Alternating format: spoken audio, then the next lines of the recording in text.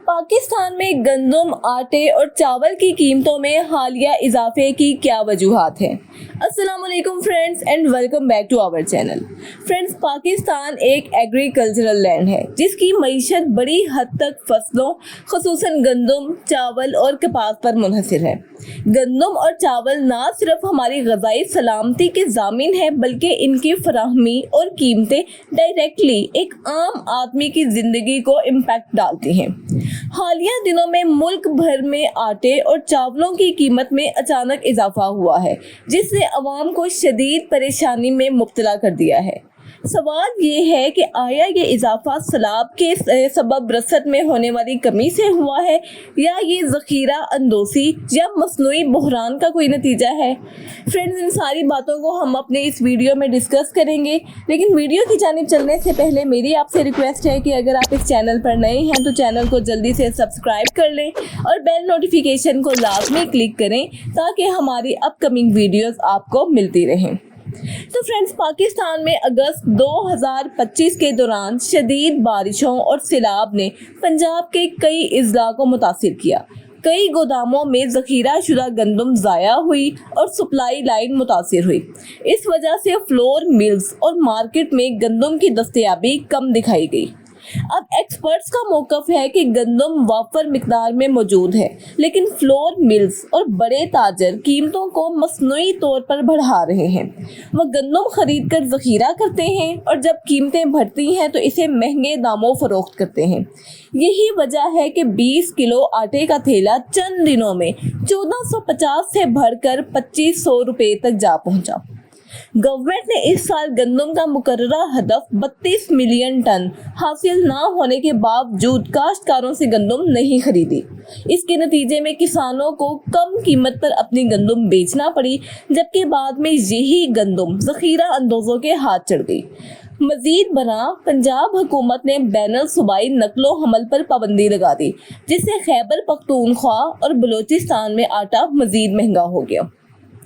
अगर चावलों की बात करें तो कई इलाकों में धान की फसल को नुकसान ज़रूर पहुंचा, लेकिन एग्रीकल्चरल एक्सपर्ट्स के मुताबिक ये नुकसान 20% से ज़्यादा नहीं था। बड़े पैमाने पर पैदावार मुतासिर होने के कोई शवाहिद नहीं मिले। चावलों की मंडी में सप्लाई मुतासिर हुई और ट्रांसपोर्टेशन के अखराजात बढ़ गए। इस वजह से फ़ी किलो चावल 30 से 40 रुपये तक महंगा हुआ। अब इसमें अफवाहों और मसनूई किल्लत यानी मसनूई बहरान की बात करें तो एक्सपर्ट्स के मुताबिक कीमतों में ये इजाफा हकीकी किल्लत से ज़्यादा मिथ्स, अफवाहों और मार्केट में खौफ की वजह से है। होल सेलर्स और आड़ती ये तासुर दे रहे हैं कि फसल बड़ी हद तक तबाह हो गई है ताकि ज़्यादा से ज़्यादा मुनाफा कमा सकें। अब सूबाई सूरत हाल की बात करें तो खैबर पख्तूनख्वा और बलूचिस्तान, इन दोनों सूबों का इन्हिसार पंजाब पर है। जब पंजाब ने गंदम और आटे की ट्रांसपोर्टेशन रोकी तो इन सूबों में कीमतें यकदम खुद ब खुद बढ़ गईं। पंजाब सबसे ज़्यादा पैदावार करने वाला सूबा होने के बावजूद यहाँ ज़ख़ीरा अंदोज़ी और हुकूमती पॉलिसियों के सबब कीमतें काबू से बाहर हैं। अब इस बारे में मुस्तकबिल के खदशात की बात करें तो एक्सपर्ट्स के मुताबिक अभी फौरी तौर पर ऐसी कोई सूरत हाल नहीं जिसे ग़िज़ाई बहरान कहा जा सके। गंदम और चावल के ज़खायर मौजूद हैं और नई फसल की बुवाई भी मुमकिन है। असल मसला ज़ख़ीरा अंदोज़ी और हुकूमती पॉलिसियों में कमज़ोरी है। अगर बर वक्त इक़दाम ना किए गए तो मसनूई किल्लत के वजह से आम आदमी को बहुत ज़्यादा सफ़र करना पड़ेगा। अगरचे सैलाब की वजह से वक्ती नुकसान हुआ है, लेकिन ज़मीन की फर्टिलिटी में भी इजाफा हुआ है।